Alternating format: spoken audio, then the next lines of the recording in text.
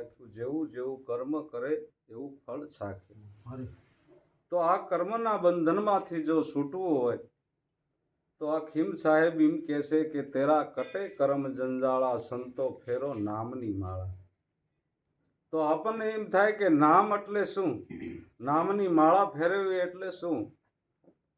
તો સંતો એમ કહેશે કદાચ આપણને ભગવાન રામનું નામ પ્રિય છે, ભગવાન દાદા રામદેવજીનું નામ પ્રિય છે, કૃષ્ણ ભગવાનનું નામ પ્રિય છે, કોઈ આદ્ય શક્તિ જગદંબાનું નામ પ્રિય છે. તો સંતો મહાપુરુષો એમ કહેશે કે આ નામ રહ્યા એ બધા એના જ નામ છે, બધા પરમાત્માના નામ છે. પણ જે મૂળ નામમાંથી જે પ્રાગટ્ય થયું છે, સંતો મહાપુરુષો એને મહામંત્ર કહે છે, જેને ગુરુગમ કહે છે. એ ગુરુગમ કેરી કૂંછી કરી લે તો કટે મોહકા તાળા. ગુરુગમની જો કૂંછી લાગી જાય તો કટે મોહકા તાળા. ઈ તાળાને દૂર કરો તો ઘટ ભીતર અંજવાળા, સંતો ફેરો નામની માળા. તો સર્વ સ્વરૂપ જેની અંદર સમાઈ જાય ઈ મહામંત્ર. હેજી ગુરુજી મારા મહામંત્રનો મોટો છે મહિમા, વખાણું બ્રહ્મના ભેદને, ઋષિ મુનિ જપતા એના જાપ હરી નહોતા ચાર વેદમાં. જેને સંતો નામ કહે અને ગુણગાન ગાય છે એ નામ છે એ આ ઘટોઘટની અંદર રણુકાર રૂપે ગાજી રહ્યું છે. હમણે જે પ્રીતમ સાહેબની વાણી આવી એની અંદર આવ્યું હતું કે ઘોર અવાજ થાય રે સોઈ રંગીલા. ઘોર અવાજ એટલે જે પરાપારથી જે અવાજ થઈ રહ્યો છે. અને આ સંગીતની રચના રહીને એ સંતોએ ભીતર સાંભળીને જ બહાર મેલેલી છે. બહાર આ સંગીતનો આટલો આપણને આનંદ આવતો હોય તો સંતો મહાપુરુષો એમ કહે છે કે વગાડનારો જે આ ઘટની અંદર વાજા બજાવી રહ્યો છે ને, એ વાજા જે સાધક સાંભળી જાય ને એના આનંદનો કોઈ માપ થાપ નથી. પણ એ નાદને સાંભળવા માટે ઘણીવાર આપણે સુરતાને એની અંદર સ્થિર કરવી પડે છે. પણ આપણે સુરતા એવી વાત કરવી તો સુરતા આપણે કોને કહેવી છે? આપણને એમ થાય કે ભાઈ તમારું ધ્યાન હતું, હું વાત કરું ને એને સુરતા કહે ને કે ભાઈ સુરતા હતી. પણ સંતો મહાપુરુષો એમ કહે છે કે આપણામાં ચાર અંતકરણ હાલે છે: મન, બુદ્ધિ, ચિત્ત ને અહંકાર. આ ચારેય અંતકરણનું જ્યારે એક સ્વરૂપ થાય એને સંતો સુરતા કહે છે. ચારેય અંતકરણ વહીવટ જે નોખો નોખો કરે છે એ ચારેય અંતકરણનો એક વહીવટ થાય અને સુરતા રૂપે જ્યારે બને ને ત્યારે આ સંતો આને સુરતા કહે છે. આ સુરતા જ્યારે નામની અંદર લાગે, નામની અંદર ઈથિન નજીક આવી જાઓ તો આપણામાં પ્રાણ હાલે. એ પ્રાણની અંદર સુરતા સ્થિર થાય ને. જે સાધકને ગુરુગમ દીક્ષા મળી છે એને થોડો જાજો અનુભવ તો હશે કે નામની અંદર જ્યારે સુરતા સ્થિર થાય ત્યારે પોતાના ઘટમાંથી આનંદની પ્રાપ્તિ થાય છે. તો આનંદની પ્રાપ્તિ થાય છે. દાદાશ્રી એક દ્રષ્ટાંત દેતા ઘણી વખત અમે વાત કરી છે કે કોઈ રાજા કોઈ મહાત્મા પાસે આવીને એમ કહે છે કે મને મોક્ષ આપો, મને મોક્ષ આપો. મહાત્મા કહે છે કે ભાઈ એવો યોગાનો યોગ થઈ જાય છે. એક દી એવો સમય આવી ગયો અને મહાત્માએ કીધું કે જા રાજા નદીના કિનારા ઉપર જઈને બેસજે અને નદીના કિનારા ઉપર જ્યારે મધ્યરાત્રિએ જળ જંપે ને એટલે એની અંદર ધૂપકો મારી દેજે ને ત્યારે તારો ઉદ્ધાર થઈ જશે. રાજાએ જઈ મધ્યરાત્રિએ જઈ અને નદીના કિનારા ઉપર જઈને બેઠો અને જેમ જળ જમ્પ્યું એટલે ધૂપકો મારવાની તૈયારી કરીને એની પહેલા ને વાંદરો પડ્યો.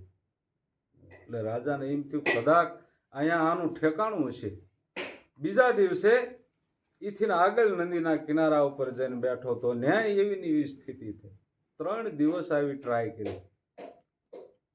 અને એક બીજી વાત એ છે કે મોટા શહેરની અંદર જ્યારે હમી હાંજમાં કેટલો ઘોંઘાટ થતો હોય, પણ એ શહેરની અંદર વસોવસ રેલવે સ્ટેશન આવ્યું હોય અને રેલગાડી આવતી હોય ને જાતી હોય, એના પાવા વાગતા હોય, પણ એ આપણને સંભળાય નહીં. પણ મધ્યરાત્રિ જ્યારે થઈ જાય ને ત્યારે કદાચ અહીંથી 15 કિલોમીટર દૂર હોય ને સ્ટેશન તોય એનો પાવો અહીં સંભળાય. મધ્યરાત્રિએ જ્યારે આ વાતાવરણ શાંત થઈ જાય ને ત્યારે એમ આપણામાં જે ઘોંઘાટ છે ને, નવે નવ ઇન્દ્રિયનો જે ઘોંઘાટ છે એ શાંત થશે ને અને ત્યારે સંતો એમ કહેશે કે ચોથા પૂરે યોગી જાગે, એમ કીધું ને કે ચોથા પૂરે જે સાધક ભજનમાં બે ને એને આ ગતિ પ્રાપ્ત થાય છે. એમ જળ જંપું એવો અનુભવ થયો રાજાને. એટલે રાજાએ જઈ અને મહાત્માને કીધું કે બાપુ મને જળ જંપું એવો અનુભવ થયો, પણ હું જ્યાં એ નદીમાં ધોબકો મારવાની તૈયારી કરું છું ને એની પહેલા એક વાંદરો આવીને પડે છે કે હા રાજા, હું તને આ કહેતા ભૂલી ગયો કે એક હાંકડા માઢાનો પૂંજો લઈ જાય છે. એટલે વાસણ એવું હાંકડા માઢાનું, અને એમાં 2 ખોબા ડાળિયા લેતો જાય છે અને નદીથી થોડોક દૂર રહી અને એ ડાળિયા કાઢજે નાખજે. આવી જ્યારે સ્થિતિ કરીશ ને એટલે ઓલો વાંદરો રહ્યો ને એને એ ખાવા માટે લોભાશે ને એટલે એ કુંજાની અંદર હાથ નાખશે ને મુઠ્ઠી ભરશે એટલે બંધાઈ જશે. અને રાજાએ જઈને એમ કર્યું, ડાળિયા કાઢ્યા નાખ્યા, એમાં વાંદરો ઉતર્યો અને એ કુંજાને મેલીને રાજા થોડોક દૂર વયો ગયો. એટલે વાંદરાએ એ કુંજાની અંદર હાથ નાખ્યો, આમ મુઠ્ઠી આવી ગઈ એટલે આમ બંધાઈ ગયો. વાંદરાને એમ થયું હું બંધાઈ ગયો ને તેથી રાજાનો વારો આવી ગયો. તો આ તો એક દ્રષ્ટાંત છે, પણ એનો સિદ્ધાંત એ છે કે ડાળિયા કાઢવા નાખવા એટલે આ સમરણ કરવું. આદિ અનાદિના મહાપુરુષોએ આ સમરણની ગતિ આપી છે. સમરણની ગતિ એટલે શું કે સમરણ એટલે શું? આપણને એમ થાય કે સમરણ એટલે શું, પણ જે પરમાત્મા છે, ઈશ્વર આત્મા રામ છે, ઘટોઘટની અંદર ગાજી રહ્યો છે. બધા એમ કહે છે ને કે એનો રંગ રૂપ આકાર કાંઈ નથી. બધાય કોઈ એમ કે એનો આકાર નથી એમ કહે છે, તો આત્માનું લક્ષ્ય મન બની શકતું નથી. આત્માનું લક્ષી મન બની શકતું નથી. અને મનને સામું લક્ષ્ય હોય ને તો જ લાગે છે, ને લાગતું નથી. આ મનનો સિદ્ધાંત છે. તો પરમાત્માએ પોતે, આત્મા રામે પોતે જ આ પ્રાણનું સર્જન કર્યું છે. જે આપણામાં પ્રાણ હાલે ને, શ્વાસ ને ઉશ્વાસ, એનું સર્જન પોતે પરમાત્માએ કર્યું છે. ને એ પ્રાણમાંથી મનનું પ્રાગટ્ય થયું છે. ચંદ્ર રે લગનથી સડી શૂન્યમાં સવારામ બાપાએ ગાયું છે ને, ચંદ્ર એટલે ચંદ્રમાના ભાગમાંથી પ્રાણનું, મનનું પ્રાગટ્ય થયું છે. મન પ્રાણમાંથી પ્રાગટ્ય લીધું છે. તો જ્યારે કોઈને આ ગતિ, કોઈને અનુભવ થયો હોય, કોઈની અંતિમ ઘડે હોય અને એ સમયમાં તમે ત્યાં બેઠા હોય ને તો તમને આ અનુભવ થાય કે છેલ્લે માણસ આ દેહને, આ કલેવરને જ્યારે છોડવાનો હોય ને ત્યારે જ્યારે આ બધી ઇન્દ્રિયો રે ને બંધ થઈ જાય. આંખ જોતી બંધ થઈ જાય, કાન સાંભળતા બંધ થઈ જાય, હાથ હલતા બંધ થઈ જાય, પગ હલતા બંધ થઈ જાય અને જીભ બોલતી બંધ થઈ જાય. આ બધી ઇન્દ્રિયો રહે એ જ્યારે લય થવા માંડે, એ લય થાય છે શેમાં? તો પણ બધી ઇન્દ્રિય રહે ને એ ઇન્દ્રિયનો રાજા છે ને એ મન છે. એની અંદર બધી ઇન્દ્રિયો લય થવા માંડે છે. અને મનની અંદર બધી ઇન્દ્રિયો લય થઈ જાય ત્યારે મન છે ને એ પ્રાણની અંદર લય થાય છે. પ્રાણની અંદર જ્યારે મન લય થાય ત્યારે આપણને એમ થયું હોય કે આમાંથી પ્રાણ વ્યાઈ ગયા, અને પ્રાણ વ્યાઈ ગયા તીકડી 11 શ્વાસ હાલે છે. અને 11 શ્વાસાની અંદર એને અનેક જન્મોની યાદી આવે છે. આગલા જન્મોની યાદી આવે છે કે આગળ મેં કેવા કેવા કર્મ કર્યા હતા, કેવા કેવા જન્મ ધારણ કર્યા હતા, અને હવે પાછો મારે ક્યાં જન્મ લેવાનો છે એ 11 શ્વાસાની અંદર બધી એને હિસાબ કિતાબ થઈ જાય. પણ આ સ્થિતિ જ્યારે બને ને ત્યારે સાધક કોઈને કે એવો રહેતો નથી. ત્યારે એની ગતિ શાંત પડી ગઈ હોય અને પછી એ પ્રાણની અંદર મન સમાઈ જાય એટલે તરત જ એ અલગ સ્વરૂપની અંદર સમાઈને તરત આથી નીકળી જાય. અને ભાગવતની અંદર એક ખડમાકડીનું દ્રષ્ટાંત આપ્યું. ખડમાકડી એટલે ખડમાકડે આગલો પગ ઠેરાવીને પાછલો પગ ઉપાડે. આપણે આ વિદ્વાનો પંડિતો એમ કે અહીંથી વી ગયા એટલે 12 દિવસ સુધી નેવે બેઠા છે અને આ બધું સાંભળે છે, પણ એવું નથી. જ્યાંથી આંખ પગ ઉપાડ્યો એટલે તરત જ બીજા દેહની અંદર તરત જ ગયો જાય છે. પણ બીજા દેહની અંદર જાય છે તો સંતો એમ કહેશે કે કૃષ્ણ ભગવાને એમ કીધું, અંતે સો ગતા સો મતા. જેવી આપણે અંતિમ સમયે ગતિ થાય ને એવી મતિ થાય છે ને બીજા જન્મની અંદર પાછો ત્યાં આ વહીવટ ખોલી દે છે. તો સંતો એમ કહેશે કાયમની માટે જેને સદગુરુના શરણમાં રહીને ગુણગાન ગાયા મોક્ષ નો મેળવ્યો તો કાંઈ નહીં, પણ એના શરણમાં રહીને જેને ગુણગાન ગાયા ને અંતિમ સમયે કૃષ્ણ ભગવાને એમ કીધું છે કે હે અર્જુન, રાતને દિવસ જેને મારું ભજન કર્યું છે ને એની અંતિમ સમયે હું એનું બાવડું ચાલીશ, એમ કૃષ્ણ ભગવાન ભાગવતમાં બોલ્યા છે. તો મોક્ષ નો મેળવ્યો તો કાંઈ નહીં, પણ સંતો એમ કહેશે કે આવો ને આવો મનુષ્ય દેહ પાછો પ્રાપ્ત થાય ને એટલું તો કરજો. કરશનગીરી બાપુ આના માટે એક દ્રષ્ટાંત આપતા કે 3 વ્યક્તિ જુગાર રમવા માટે ગયા અને 3 જુગાર રમવા માટે ગયા ને ત્રણેય પાસે 500 રૂપિયા હતા. ઘણાએ સાંભળ્યું હતું છે 500 રૂપિયા હતા. એમાં એક વ્યક્તિ 500 હારી ગયો, એક વ્યક્તિ 500 જીતી ગયો ને એક હાર્યો એને જીત્યો. તો બાપા એવું કહેતા કે હારી ગયો ને એનો તો જિંદગી ખ્યાલ ગઈ, પણ જીતી ગયો એ જગ જીતી ગયો. પણ સંતો કે કરશનગીરી બાપા કે જીતો નહીં ને તો કાંઈ નહીં, પણ જે મૂડી છે ને એમનામ હાસવીને બે રહ્યો ને તોય બસ. તો આ મનુષ્ય દેહ આપણને મળ્યો ને એવો દેહ પ્રાપ્ત કરવો હોય ને તો સંતો મહાપુરુષો એમ કહે છે કે ભગવાનનું ભજન કરજો. મોક્ષ ન મળે તો કાંઈ નહીં, હરિના જન તો મુક્તિ નો માગે માગે, જન્મ જન્મ અવતારા, નિત્ય કીર્તન નિત્ય ઓસવ, નિરખવા નંદ દુલારા. મુસ્કંદનો અવતાર કહેવાના, મૂંગા બેરા અને જડ સમાન, જનોય દેતા જડપણું ગયું, બોલ્યા રાધે ગોવિંદ તત્કાળ, સંતોષે જગત તણા શણગાર. નરસિંહ મહેતા મુસ્કંદ રાજાનો અવતાર હતા. અને મુસ્કંદ રાજાને જ્યારે ભગવાન મળ્યા ને ત્યારે ભગવાન પાસે એને હું માંગ્યું. ભગવાને એમ કીધું કે માંગ મુસ્કંદ, તને આ પૃથ્વી ઉપર 46,000 વર્ષનું રાજ હું તને આપ્યું. આપણે 100 વર્ષની આયુષ્ય છે, પણ મુસ્કંદ રાજાને એમ કીધું કે 46,000 વર્ષ તું રાજ ભોગવે ને એ આ પૃથ્વી ઉપર હું તને સત્તા આપું. એટલે 2 હાથ જોડીને મુસ્કંદ રાજાએ કીધું પ્રભુ મારે એ સાણવાસીદાનો ધંધો નથી કરવો, પ્રભુ મને તો વારંવાર મનુષ્ય દેહ આપો અને હું કાયમની માટે તમારા ગુણગાન ગાવ ને એ માટે મારે આ તમારી પાસે સ્તુતિ એટલી કરું છું. અને એ મુસ્કંદનો અવતાર એ જ નરસિંહ મહેતા.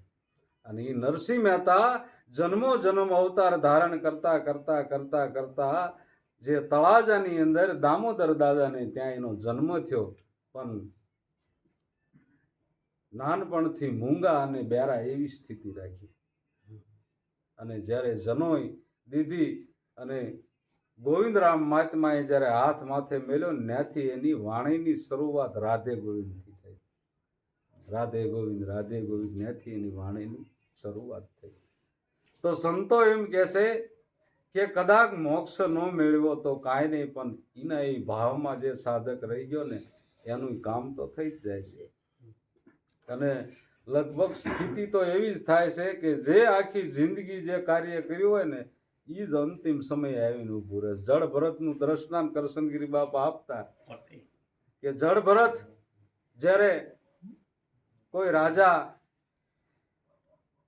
પોતાના પરિવારને બધોય વહીવટ સોંપી અને જંગલની અંદર પર્ણકુટી બાંધીને ભગવાનનું ભજન કરે છે ભરત રાજા, અને સવારમાં જાગી અને નદીના કિનારા ઉપર જઈ અને આમ પાણીની સૂર્યનારાયણને અર્ઘ્ય આપે છે. અર્ઘ્ય આપે છે એમાં કોઈ હણકી પાણી પીવા માટે આવી, પણ હણકી સગર્ભા હતી અને પાછળથી સિંહે ત્રાડ મારી એટલે એ નદીનું પાણી ઠેકવા ગઈ, એમાં પ્રસૂતિ થઈ ગઈ અને બસું પાણીમાં પડ્યું અને સામે કાંઠે જઈ અને હણકીનું મરણ થયું. મરણ થયું એટલે રાજાને એમ થયું કે કોઈનો જીવ ઉગારવો એ આપણો ધર્મ છે. એટલે એ બસાને લઈ અને જે પર્ણકુટી હતી ત્યાં લઈ ગયા, એને દૂધ પાઈ અને મોટું કર્યું. પણ જેમ આપણે બાળકોનો ઉછેર કરવી ને એમ આ બસાનો ઉછેર કર્યો.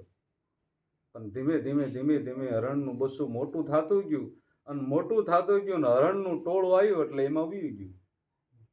પણ આ રાજાને એમ થઈ ગયું કે ભરત રાજાને કે આ મારું બસું ક્યાં ગયું છે, પણ વાસના એની અંદર રહી ગઈ. એટલે જ્યારે આ દેહ છોડવાનો થયો ત્યારે એને અંતિમ સમય એમ થયું કે અરે મારા બચ્ચાનું શું થયું છે, અરે મારા બચ્ચાનું શું થયું છે. એટલે બીજો જન્મ એને હરણની અંદર લેવો. જળ ભરત જેવા ઓમ અસ્મિ પદ ભણેલ તોય અંત સમયે હણકીના પેટ પડેલ. આ તો છેલ્લા ડસકાનો ખેલ, એને જીતવો બહુ મુશ્કેલ. આ તો છેલ્લા ડસકાનો ખેલ. એટલે સંતો મહાપુરુષો એમ કહે છે કે કાયમની માટે સત્સંગ અને ભજનનો મહાવરો હશે ને તો આપણને અંતિમ સમયે કદાચ આ યાદી આવી જાય ને તોય આપણું કામ થઈ જાય છે. પણ જે સંતના ચરણે જઈ અને જેને નામની પ્રાપ્તિ કરી છે ને એની તો બલિહારી છે. લાખો લાખો વાર એને કોટી કોટી વાર પ્રણામ છે કે જેને કદાચ 5 નામ તો પરમાત્માના લીધા છે ને તોય એને ધન્યવાદ છે. કદાચ એ નામની એને સમૃદ્ધિ રહી જાય ને તોય એના માટે ધન્યવાદ છે. તો આદિલ અંતર બુદ્ધિ સમુતર સલત નાવ સોધારા. ઈ નાવમાં હીરા માણેક એને ખોજે ખોજનારા. આદિલ અંતર, જે આદિલ છે એ અંતર, બુદ્ધિ એમાં સમુદર છે, એમાં સલત નાવ સોધારા. ભવસાગર મહાજળ ભર્યો એમાં તરી શકાય તો તરજો, તમે ભજન હવાયા કરજો. આ કાયાની અંદર જે બુદ્ધિ છે ને એ કારભારો કરી રહી છે. કોઈ સંતોની વાત હોય ને તો આપણને ગળે ન ઉતરવા દેતી હોય ને તો આ બુદ્ધિ નથી ઉતરવા દેતી. પણ વેદની અંદર 4 મહાવાક્ય કીધા છે. અહમ બ્રહ્માસ્મિ, સોહમ અસ્મિ, તત્વમસી અને પ્રજ્ઞાનમ બ્રહ્મ. આ 4 મહાવાક્ય કીધા ને એમાં એમ કીધું કે પ્રજ્ઞાનમ બ્રહ્મ, જ્યારે પ્રજ્ઞા બુદ્ધિ આપણે બને ને ત્યારે સંતોના શબ્દો આપણે ગ્રહણ કરીએ. પ્રજ્ઞા બુદ્ધિ જ્યારે બને ને ત્યારે સંતોના શબ્દ ગ્રહણ કરવી. અને સંતોના શરણે જવું હોય ને તો સંતો એમ કહેશે કે પહેલા પારખ દ્રષ્ટિ પ્રાપ્ત કરવી. પારખ દ્રષ્ટિ જ્યાં સુધી આપણામાં ન આવે ને ત્યાં સુધી સંતોને આપણે પારખી પણ ન હોય. પારખ દ્રષ્ટિ જ્યારે આવે ને એને સંતો પારખ પદ વધ કહે છે. પારખ પદ જ્યારે પ્રાપ્ત થાય ને ત્યારે સંતોને આપણે પારખીએ કે આપણા હારે રહેતા હોય, કાયમ એની હારે આપણે દનૈયા વિતાવતા હોય છતાં આપણે નજીક હોવી છતાં સંતોને આપણે ઓળખી શકતા નથી. જો આપણામાં પારખ દ્રષ્ટિ હોય ને તો એને ઓળખીએ છીએ. આદિલ અંતર બુદ્ધિ સમુદ્ર સલત નોવ સોધારા, કે તમે ભજન સવાયા કરજો. તો આમાં આપણને ભવસાગર મહાજળ ભર્યો એમાં તરી શકાય તો તરજો. ભવસાગર મહાજળ ભર્યો તો સંતો એમ કહેશે કે આ સંસાર સાગર મહાજળ ભર્યો, આપણે આમાં આટા મારવી છીએ તો આપણા પગના તળિયે ભીના જ થતા નથી. તો ભવસાગર કયો? તો સંતો એમ કહેશે કે ભવસાગર છે એ વાત નક્કી છે, પણ કયો ભવસાગર? કે બુદ્ધિ રૂપી અણજણ તોડ્યું, એમાં સંકલ્પ વિકલ્પની ઉડે છોડ્યું. શિરાણી સબુદ્ધિ રૂપી સટની પસેડી. આ ભર્યા ભવસાગરમાં બુડે મારી બેડી. આ ભર્યા ભવસાગરમાં બુદ્ધિ રૂપી અણજણ તોડ્યું છે ને એ ભર્યા ભવસાગરમાં આપણે બેડલી બુડે. બુદ્ધિ સંતોના શબ્દો માનવા નથી દીધી. એટલે આદિલ અંતર બુદ્ધિ સમુદર, એમાં સલત નાવ સોધારા. પણ ઈ નાવમાં હીરા માણેક. ઈ નાવની અંદર હીરા માણેક. એટલે સંતો એમ કહે છે કે હીરા માણેક કયા? પણ સંતો એમ કહે છે કે જે શ્વાસ ને ઉશ્વાસ હાલે છે ને એની નજીક એ ટંકશાળ જે પડી રહી છે એની નીચે જેની સુરતા આવી ગઈ ને એ એક નગદ નાણું છે. અને એ તમારું પોતાનું છે. પોતાના પુણ્ય વિના પાર નહીં અને ગુરુ વિના મુક્તિ નહીં. પોતાના પુણ્યના પારખ્યા તમે ગુપ્ત દાન દેજો. શાંતિ તપ તમારામાં સોહમ છે એ આત્માને ઓળખી લેજો. પોતાના પુણ્યના પારખ્યા તમે ગુપ્ત દાન દેજો. ગમે એવી રીતે આપણે ગુપ્ત દાન દેવી તો એનું જાહેરાત તો થાય જ તે ને. પણ સંતો એમ કહે છે કે તમે શ્વાસે શ્વાસે સ્મરણ કરો ને એ પોતાનું પુણ્ય છે એ કોઈને ન ખબર પડે. નજીકમાં નજીક આપણો સંબંધ પતિ પત્નીનો કહેવી ને તો પતિ જે ભજન કરતો હોય ને એ પત્નીને ન ખબર પડે. એ નગદ નાણું એને કેટલું મેળવ્યું છે ને એને ન ખબર પડે. એ આ ગુપ્ત દાન છે. જ્યારે જનક રાજા પોતાને સપનું આવ્યું અને સપનાની અંદર જનક રાજા ભિખારી બની ગયા છે. અને ભિખારી અવસ્થાની અંદર ખાવા માટે ભિક્ષા માંગે છે. મને કોઈ ખાવા દો, ભૂખ બહુ લાગી છે. એમાં કોઈ બહેનને દયા આવી ગઈ એટલે કીધું કે મારી પાસે હાંજની ટાઢી ખીચડી અને કઢી પડી છે. એટલે આમ ફરતા ફરતા એક ઠીબકું ભાળ્યું એટલે ઠીબકામાં કે આમાં બેન આપી દો. એટલે એમાં ખીચડી અને કઢી આપી દીધી. અને પોતે ઉકાળા ઉપર જઈને ખાવા બેઠા અને બે ખૂંટિયા બાજતા બાજતા આવ્યા ને ખીસડે ને કઢી બધું ઢોળ નાખ્યું એટલે પોતાને રાડ પડી ગઈ. પણ રાજા મહારાજાઓ જ્યારે જાગે ને ત્યારે એનો જય જયકાર બોલાય.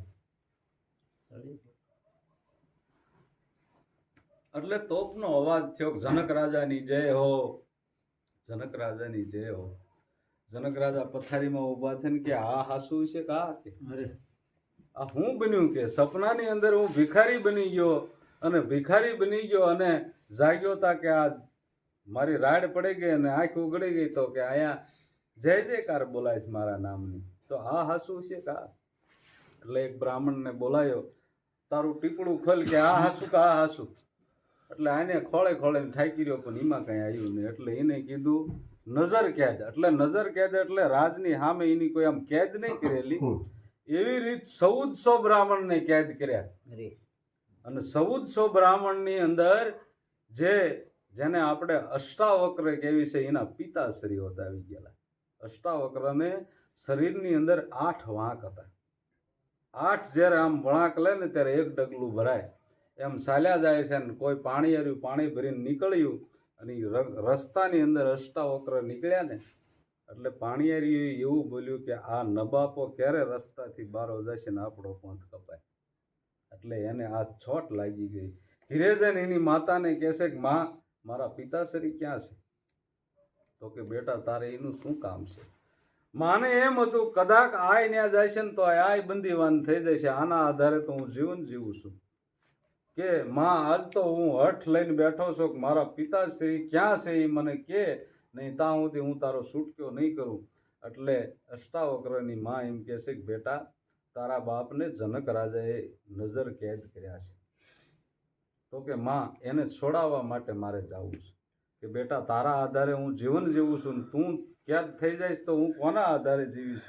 નહીં કે માં મારે જવું છે, મને આશીર્વાદ આપો. એટલે માના ચરણમાં પડે આશીર્વાદ લઈ અને અષ્ટાવક્ર જાય છે અને દરવાજે જઈને કહેશે કે કોઈ બ્રાહ્મણ તમારા પ્રશ્નનો જવાબ આપવા માટે આવે છે. જનક રાજા કે કોઈ બ્રાહ્મણ હોય એના માટે દ્વાર ખુલ્લા છે, આવવા દો. જ્યાં જનક રાજાના રાજની અંદર અષ્ટાવક્ર જાય છે, જે 1400 બ્રાહ્મણ બેઠા હતા ને ખડખડાટ હસવા માંડ્યા. કેમ કે આ જવાબ આપવા માટે આ 8 વાંક વાળો શું જવાબ આપશે? ખડખડાટ હસવા માંડ્યા. એટલે તરત જ ને અષ્ટાવક્રએ વસન ભેદી બાણ માર્યું કે હે જનક રાજા, આ તો બધી તે સમારની સભા ભેળી કરી છે. એટલે બધા સ્થિર થઈ ગયા કે આપણને બધાને સમાર કીધા. જનક રાજાએ વિચાર કર્યો કે કેમ સમારની સભા? તો કે જેની સાંભળાહેમી દ્રષ્ટિ છે ને એ બધા સમાર જ છે. જેની સાંભળીએ દ્રષ્ટિ છે એ બધા સમાર જ છે કે. એટલે જનક રાજાને એમ થયું કે આ બ્રાહ્મણ મારા પ્રશ્નનો જવાબ આપશે. એટલે જનક રાજા આસન ઉપરથી ઊભા થઈ ગયા અને ન્યાકણે અષ્ટાવક્રને બેહાર્યા અને એની પૂજા કરી અને અષ્ટાવક્રએ કીધું જનક રાજાને કે હે જનક રાજા, તારો પ્રશ્ન એ જ છે ને કે તું સપનાની અંદર ભિખારી બની ગયો અને જે તારું ખાવાનું હતું એ પડી ગયું અને રાડ પડી ગઈ ને જાગ્યો ત્યાં જનક રાજાની જય બોલાય. આજ તારો પ્રશ્ન છે ને? તો કે હા. એટલે અષ્ટાવક્રએ એમ કીધું કે જનક રાજા, જો એ સપનું આવ્યું ને, એ સપનું જો હાસું હોય ને તો અત્યારે તું રહ્યો ને એ હાસું.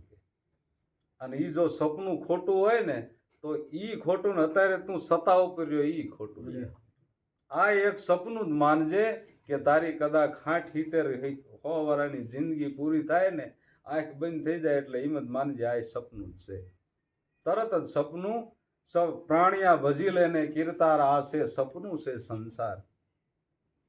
એટલે અષ્ટાવક્રને એને ગુરુ ધારણ કર્યા, 1400 બ્રાહ્મણને છૂટા કર્યા અને જનક રાજાને આ મહિમા સમજાણો એટલે 2 હાથે દાન કરવા માંડ્યો. 2 હાથે દાન કરવા માંડ્યો એટલે જ્યાં ત્યાં એની વાહ થવા માંડી. જનક રાજાની જય હો, જનક રાજાની જય હો. અષ્ટાવક્ર જાય છે કે આ કયા ભાવથી દાન કરે છે. જો કદાચ દાન કરવાનો ભાવ થાય ને, સંતો એમ કહે છે કે આપણને સંપત્તિ મળે હોય ને તો તો 5 પછી જે કુદરત અર્થે વાપરવા, પણ એ કયા ભાવથી વાપરો. જો પોતાની અંદર હુંકાર આવી જાય ને તો એ દાને અલેખે જાય છે. પણ સંતો એમ કહે છે કે આ કુદરતનું છે ને એને અર્પણ કરું છું, તો કુદરત એટલો દયાળુ છે કે એનું ફળ તમને જરૂર આપે છે.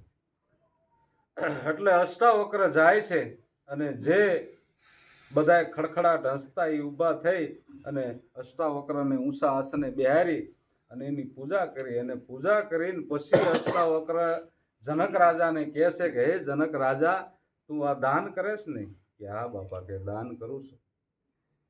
તો જે માંગે એ દાન આપી દે. કે જેને ભૂમિ માંગે એને ભૂમિ, હાથી માંગે એને હાથી, ઘોડા માંગે એને ઘોડા, સોનું માંગે એને સોનું, અને પૈસા માંગે એને પૈસા. જે માંગે એ આ રાજમાં આવીને માંગતો ભૂલે. કે હારો તારો ભાવ છે. હું આજ ગુરુ દક્ષિણા લેવા માટે આવ્યો છું, પણ મારે જે તારી વસ્તુ હોય ને એ લેવી છે. એટલે જનક રાજા કહે છે કે ગુરુ મહારાજ, જે આ સોનું છે એ તમારું જ છે ને? એટલે એ તો કે હાથ ધાતુમાં આવે. કુદરતે આ હાથ ધાતુની આ પૃથ્વી ઉપર રચના કરી છે, તો તારું ક્યાંથી?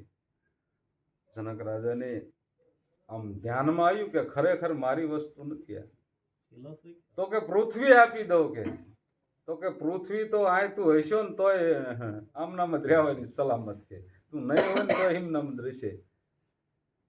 એટલે કે તો હાથી ઘોડા આપી દઉં. તો કે હાથી ઘોડા એક કે હાથી બનાવી દે તું. હા, વિજ્ઞાન અત્યારે આ ધૂળમાંથી બધું બનાવી દે, પણ એક ધૂળનું ઢેફું વિજ્ઞાન બનાવી શકે છે. બનાવી આટલું વિજ્ઞાન ઊંચે વી ગયું છે, પણ એક ધૂળનું ઢેફું જ બનાવી દે વિજ્ઞાન. એની તાકાત નથી આ ધૂળનું ઢેફું બનાવી દે. ધૂળના ઢેફામાંથી બધી વસ્તુ બને છે. ઉગારામ દાદા એમ કહેતા કે બાપા, હું તો એક ધૂળની ઢેફલી, મને શું ખબર પડે કે આમાં જ્ઞાનમાં. ત્યારે લાભુ દાદા એમ કે બાપા, આ ધૂળની ઢેફલીમાંથી જ બધું થયું છે. લાભુ દાદા એમ કે આ ધૂળની ઢેફલીમાંથી જ બધું થયું છે ને બાપા. એટલે જે સંતોને જ્ઞાન પ્રાપ્તિ થયો હોય, કદાચ એ અનુભૂતિ થઈ હોય ને, તો મુખથી કોઈ દી એવું બોલતા નથી કે હું આ વસ્તુ છું. અને લાભુ દાદા એવું કહેતા કે મારા સદગુરુ ઉગારામમાં એટલી તાકાત છે કે આમ ભાલું મારો ને ભોમાં હલાવો ને તો પૃથ્વી હલે, એટલી તાકાત છે. બળ હોવા છતાં નિર્બળ થઈને વર્તતા, વાણી વર્તનમાં એની સરળતા. આ ઉગારામની આવી સરળતા હતી. એટલી સત્તા હોવા છતાં, જેને આપણે ભગવાનનો અવતાર થયો દાદા રામદેવજીનો એમ કહેવાય ને કે એના પરસા, તો એવી ઉગારામની તો અનેક વાતો પડે છે. અને એ ઉગારામ એવી સત્તા હોવા છતાં નિર્બળ થઈને રહેતા, બળ હોવા છતાં નિર્બળ થઈને વર્તતા. એની વાણી વર્તનમાં એટલી સરળતા કે કોઈ વ્યક્તિ પ્રશ્ન પૂછવા માટે આવે ને તો ન્યાય આવીને બે દિને પૂછવો ન પડે. ત્યાં એની મેળાએ એ પ્રશ્નનું એનું સમાધાન થાય. સમાધાન થઈ જાય એ જ સંતોની હાસ્ય સ્થિતિ છે. સમાધાન થઈ જાય, આપણે ને આવીને બે આવી અને આપણા મનની અંદર કોઈ પ્રશ્ન ઉદ્ભવતો હોય અને સંતના સમાગમમાં આવીને એનો પ્રશ્નનો જવાબ થઈ જાય ને, તો તમારે માનવાનું કે મારી સામે બેઠા ને સંત મહાપુરુષ બેઠા. એટલે અષ્ટાવક્રએ કીધું કે હે જનક રાજા, હું તારી વસ્તુ લેવા માટે આવ્યો છું, મને જે તારી વસ્તુ હોય ને એ આપ. એટલે જનક રાજા પોતાની વસ્તુ ગોતવા માટે ફાંફા મારવા માંડ્યા, મારી વસ્તુ શું છે.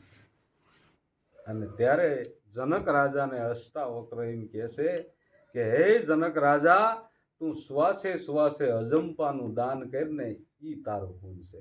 એ પોતાનું પુણ્ય. હમણાં આપણે તોરલબાઈએ કીધું ને, પોતાના પુણ્ય વિના પાર નહીં, એ આ પોતાનું પુણ્ય. ઉગારામ દાદાએ કીધું કે પોતાના પુણ્યના પારખ્યા તમે ગુપ્ત દાન દેજો. શાંતિ તપ તમારામાં સોમ છે, એ આત્માને ઓળખી લેજો. એ પોતાનું પુણ્ય જ્યારે આપ્યું ને, ત્યારે અષ્ટાવક્ર એટલા ખુશી થઈ ગયા કે જે મારું છે એ જ તારું છે, ને તારું છે ને એ જ મારું છે. એ અજંપાનું દાન છે. આદિલ અંતર બુદ્ધિ સમુદર સલત નાવ સ્વધારા, ઈ નાવમાં હીરા માણેક એને કોઈ ખોજે ખોજન હારા. ઈ હીરા માણેક એટલે જે શ્વાસે શ્વાસે સ્મરણ કરવું ને, એ જે નગદ નાણું છે.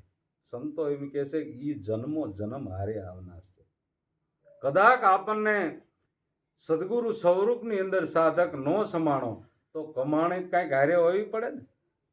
આ જે સંપત્તિ આપણે કમાવી છે એ સંપત્તિ તો કોઈ લઈ ગયો છે ક્યાંય? એક કોડે કે હારે લઈ ગયો કોઈ? ભલે ગમે એટલી કમાણો, સારું કમાણો ને એ કમાણો એના જે પરિવાર છે એને કાયમ આવશે, પણ એ કોઈ એક કોડે લઈ જઈ શકતું નથી.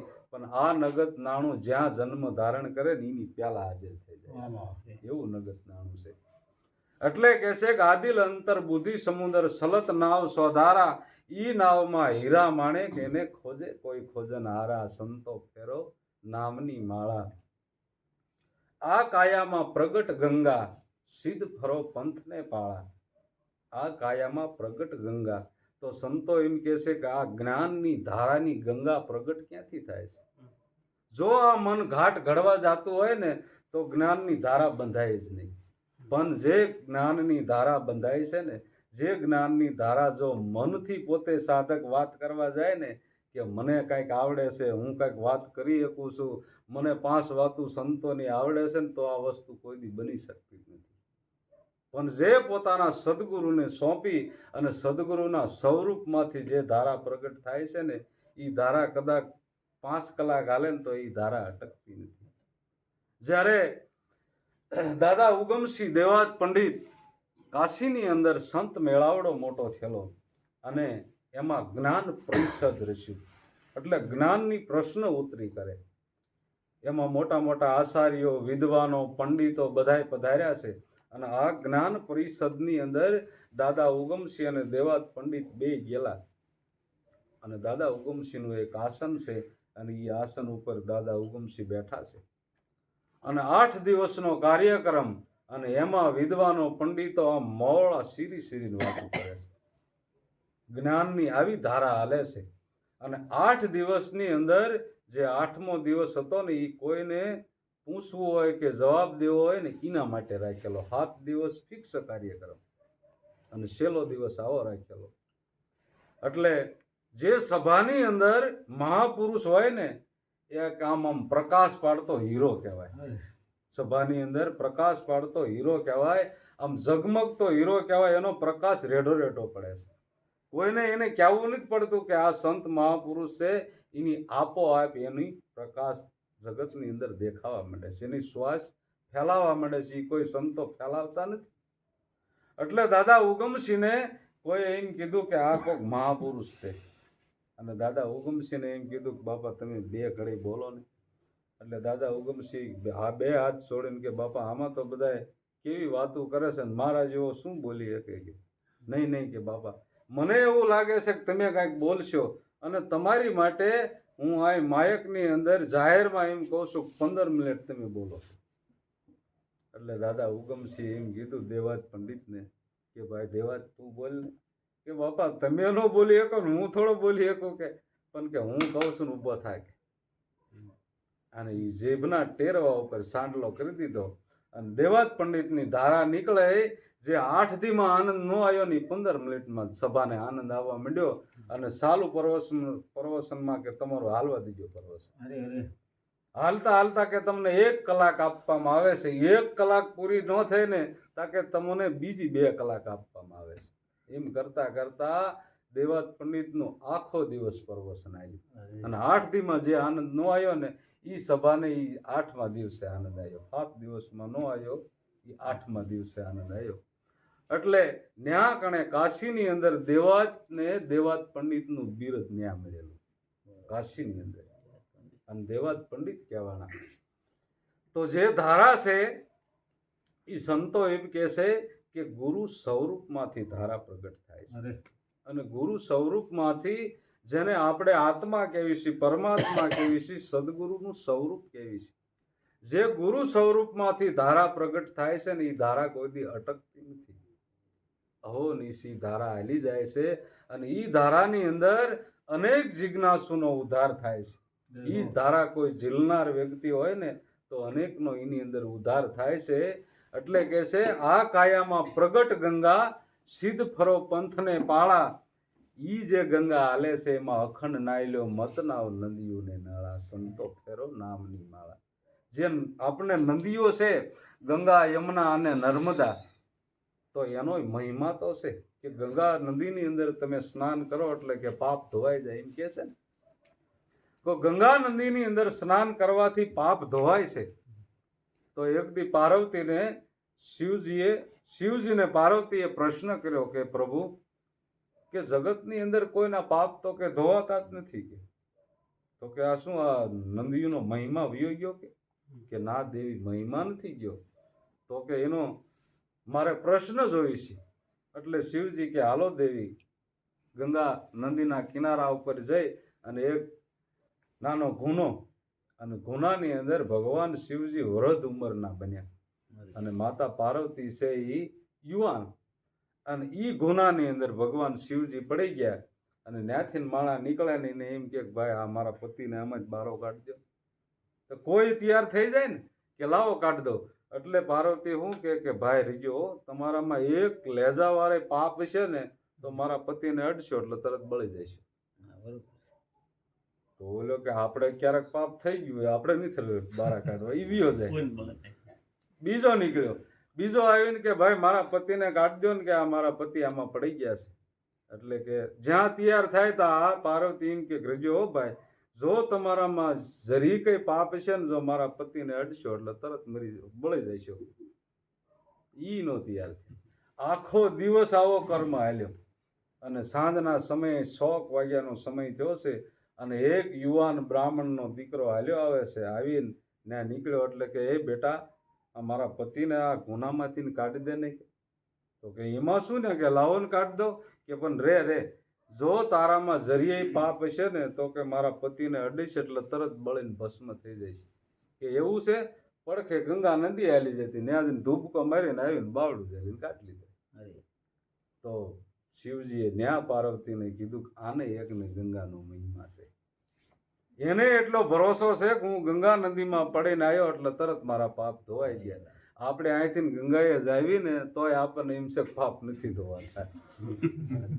તો સત્સંગની અંદર સંતો મહાપુરુષો એમ કહે છે કે સત્સંગની જ્ઞાન ગંગાની ધારા હાલે છે ને. ભગીરથે તો અનેક વર્ષો પહેલા એ ગંગાજીને ઉતારી, પણ જે સંતો મહાપુરુષોએ તો કાલ હવારે આ ગંગા ધારા ઉતારી. એની અંદર અનેક લાખો વ્યક્તિનો ઉદ્ધાર થયો. દાદાશ્રીએ જ્ઞાન ગંગા ઉતારી, લાભુ દાદાએ. અને ઈ ગંગાનો ઉત્સવ આપણે કરવી છે ને, એની આ ધારા છે. અને ઈ સંતો મહાપુરુષોની આ બધી ધારા છે ને ઈના ઈ ગંગાજીની અંદર આપણે આનંદ કરવી છે. તો ઈ ગંગાની અંદર અખંડ નાયલો મતનાવ નદીઓને નાળા, સમરણ કરી લે પ્રાયશ્ચિત પર લે, ચિત મત કરે હવે શાળા, ખીમ સાહેબ ગુરુ ભાણ પ્રતાપે આ હરદમ બોલે ને ઈ પ્યારા. સમરણ કરી લે પ્રાયશ્ચિત પર લે. જો આ પાપનું પ્રાયશ્ચિત કરવું હોય, આ દેહાધ્યાસની ગ્રંથિ છોડવી હોય, જે આપણામાં દેહાધ્યાસની ગ્રંથિ છે કે હું દેહ સૌ દેહ મારો છે એમ કહે મહાપાપી, પણ દેહમાં હોવા છતાં દેહથી ન્યારો કોણ કે સોહમ આપ પૂજા છે દાસ લાભો. કે તને આવા કોઈ ગુરુ મળે ને ત્યારે તારું આપ સ્વરૂપ ઓળખાશે. તો આ દેહાધ્યાસની ગ્રંથિનું પ્રાયશ્ચિત, આ દેહાધ્યાસની ગ્રંથિ છોડવી હોય ને તો સંતો ઈમાં એમ કહે છે કે સમરણ કરી લે પ્રાયશ્ચિત પર લે, શીતમત કરી શાળા, ખોટા શાળા મેલી દે. આ બંડની અંદર ક્યાંય કોઈ વખાણની અંદર ક્યાંય રહી જતો નહીં. એક કાગડો આમ માઢામાં પૂરી લઈને હાલ્યો આવે છે અને એક ફૂકલ ઠૂઠા ઉપર જઈને બેઠો. એટલે શિયાળ જોઈ ગયું. શિયાળને જોઈ ગયું એટલે એને એમ થયું કે આ કાગડા પાસે પૂરી છે પણ એમ લેવી કેમ. એટલે બઢમાંથી બારી નીકળે ને એ ઝાડ ફૂકલ ઝાડ પાસે આવીને બેહી ગઈ અને આવીને વખાણ કરવા માંડે કે કાકાભાઈ બધા એમ કે કોયલનો ટંકો કેવો, પણ કે એક જ ધારી લાગી હોય, ટું ટું ટું ટું લાગી હોય, કે એના ગળામાં ગાન છે, મારું તો માથું સડી જાય. બધા એમ કે મોરલાની ગળત કેવી, કે પણ ભૂંડાઈનો કે વાંકો વળે સિંહ નાખે ને તા તો મને એમ થાય કે હું હટ બઢમાં વહી જાઉં કે. પણ કાકાભાઈ તમે નીકળ્યા હો અને ક્રાગ ક્રાગ ક્રાગ બોલતા હોય ને ત્યારે એક સીતે કે હું સાંભળું. અને કાગડાને એમ થયું કે મારો એવો રાગ છે કે. અને કાગડાએ શરૂ કર્યું ક્રાગ ક્રાગ શરૂ કર્યું ને મોઢામાં પૂરી પડી ગઈ. પૂરી પડી ગઈ એટલે શિયાળ તરત ખાઈ ગઈ. શિયાળ ખાઈ ગઈ અને તરત જ કે હવે બીજી પૂરી નથી એટલે વખાણ ન કરાય કે એ બંધ થા કોડા કે મારું માથું પાકે છે કે તો કે મારી પૂરી ગઈ તો કે પૂરી ગઈ પણ કે એટલી હું તને શિખામણ આપું છું કે આ તું 184નો જીવ છો પણ મનુષ્ય દેહ ધારણ કરીને ત્યારે ખોટા વખાણમાં ક્યાંય ફસાઈ ન જાતો નગર વખાણ કરીને માણસ છે ને ક્યાંય પોગાડી દેશે આ જગત છે ને એ વખાણને લઈ અને ક્યાંય ને ક્યાંય પોગાડી દેશે અને એમાંથી પાછું વળવાનો અવકાશ આપણને પણ મળતો નથી પણ સંતો એમ કહે છે કે સંતોની રાહે હાલવું જે સંતો મહાપુરુષો જે આપણને આપણા પોતાના ઘટની અંદર પરમાત્માની પારખ કરાવે ને ન્યા જઈને ઊભું રહેવું એટલે કહેશે કે સમરણ કરી લે પ્રાયશ્ચિત પર લે ચિત્તમત કરી છાળા ખીમ સાહેબ ગુરુ ભાણ પ્રતાપે આ હરદમ બોલે ને ઈ જ પ્યારા હરદમ એટલે શ્વાસે અને શ્વાસ ને ઉશ્વાસની અંદર જે પરમાત્મા શબ્દ સ્વરૂપે જે આપણા ઘટની અંદર એ પ્રાણાત્માની અંદર એનો નાદ થઈ રહ્યો છે અનહદ નાદ ગગનમાં થાય રે હમણે કીર્તનની અંદર આવ્યું હતું ને કીર્તન કે ધૂન તું એની અંદર આવ્યું હતું અનહદ નાદ કોઈ એમ કીધું કે ઘેરી ઘેરી નોમત વાગે ગળુડ ઘોર ગગનમાં ગાજે પંચરંગ પર પ્રસિદ્ધ ફરકે સત્ય નામની ધજા દેખ લે સુન મંડળની મજા આ જે પોતાના ઘટની અંદર નાદા અનુસંધાન થાય છે આપણને કોઈ એમ કે મોક્ષ મળ્યો ભાઈ તમને કઈ મોક્ષ મળ્યો કે તો કે હા મોક્ષ તો મેળવ્યો જ છે ને તો કે એની સાબિતી શું પહોંચ મળે કે આપણે બેંકની અંદર પૈસા ભરવા ગયા હોય તો એની આપણને નેથી બેંકમાંથી પહોંચ આપે ને કે આ પહોંચ એટલે આપણને નક્કી થાય કે આપણા પૈસા જમા થઈ ગયા એમ સંતો મહાપુરુષો એમ કહે છે કે જ્યારે તમારામાં નાદા અનુસંધાન થઈ જાય એ મોક્ષની પહોંચ મળે છે એ નાદા અનુસંધાન એ મોક્ષની પહોંચ છે તો જે મહાપુરુષો આ માર્ગે હાલ્યા છે અને જે મહાપુરુષોએ પોતાના સ્વરૂપની આત્મ સ્વરૂપની પ્રાપ્તિ કરી છે ને એને આ ગતિ પ્રાપ્ત થઈ છે